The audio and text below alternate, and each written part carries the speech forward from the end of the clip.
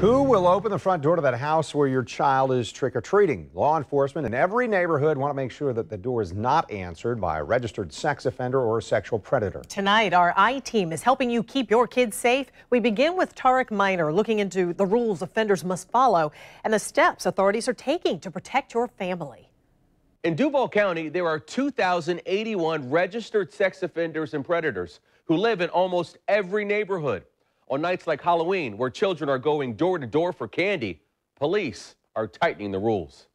I see them all the time. There's one pass here every day. Eastside resident Patricia Holland says she knows of 4 sexual offenders who live right around the corner from her house. She was very surprised to learn we found 148 sex offenders within 1 mile of her neighborhood. What do you tell your kids about strangers and about people like that? Don't talk to them.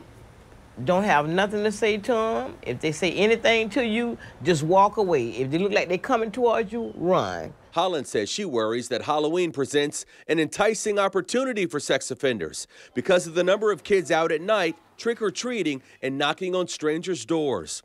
Police with JSO Sex Offender Tracking Unit agree, which is why they'll be knocking too.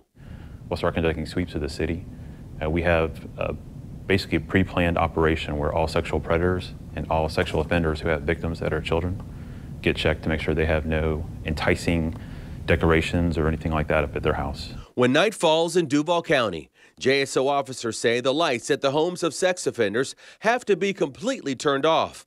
Offenders and predators are not allowed to have pumpkins or any other Halloween decorations.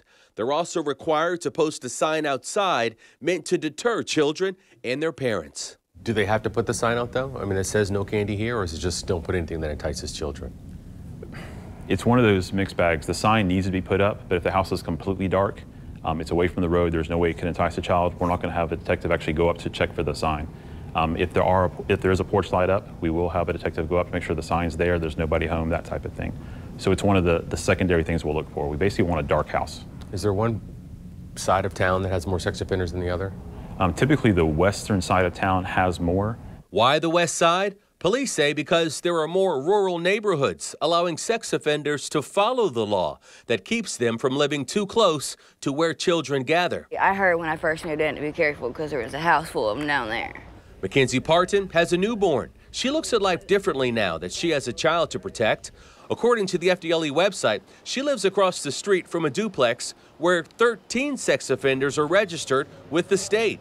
This new mom says a strong police presence on Halloween is critical. And a lot of people, parents aren't with their kids, you know what I'm saying? They just let them go out and do their thing, and they don't keep a close enough eye on them. With so much at risk, officers and deputies in Duval, Clay, and St. Johns counties are also teaming up with state and federal probation officers for Halloween as well. Do you find that most of the sex offenders are okay with following the rules? Or, For the majority, I would say yes, but obviously we do file on individuals who fail to register, individuals who have claimed a residency in one particular location, but then find that they want to spend the weekends elsewhere in the community. And so we get tips on that from time to time. Florida has a state law that all sex offenders and predators must follow, but Duval and St. Johns counties have specific ordinances laying out the rules for Halloween. Along with the dark home and posted sign requirements that we talked about, there are other rules that must be followed as well. You'll find those on news4jax.com, along with the link to FDLE's Sex Offender Registry, so you can find out where sex offenders and predators live in your neighborhood. Just look for this story on the homepage. I'm Tarek Miner, Channel 4, the local station. And right now, we want to show you just how easy it is to find out where registered sex offenders and predators live near you. I-Team investigator Lindsay Gardner walks us through the FDLE's tracking system. I wanted to walk you through this so you could be comfortable in order to arm yourself with this information as fast as possible. So go here to the Florida Department of Law Enforcement website, and right here in the corner, you're going to see Sex Offender Database. From there, you'll see this big red button that says Offender Search, which is what you're trying to do. You're trying to find out if any sex offenders or sex predators live in your neighborhood or maybe by your child's school. So that's going to mean you want right here this neighborhood search, and you're going to click Standard. That's where you can pop up an address, and once you get get the address in, maybe of your home, your child's school, or perhaps where you're going trick-or-treating. You put that address in, and then you're going to want to select the map function so you can see all of these sex offenders and predators within a 1-mile radius of your location. To save myself time, I went ahead and plugged in our station address right here. So I'm going to click search, and once I do that, it's going to pop up. So that takes us to all of these sex offenders and predators living within a 1-mile radius of the station. Now, I chose a 1-mile radius, but you can also choose to expand that search farther out.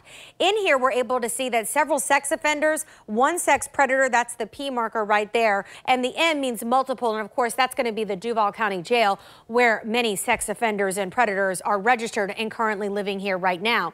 But if we go ahead and mouse over one of these tabs, for instance, the P for the sex predator, once you click on that, you're going to be able to get the offender's information. You're going to see their picture, their name, and you'll be able to find out more information about the charges they have been accused of. So in this instance, we're able to see where this sex predator lives in the San Marco area. So really, that arms you with all the possible information you may want to know to keep you and your family safe. In the studio, Lindsay Gardner, Channel 4, the local station.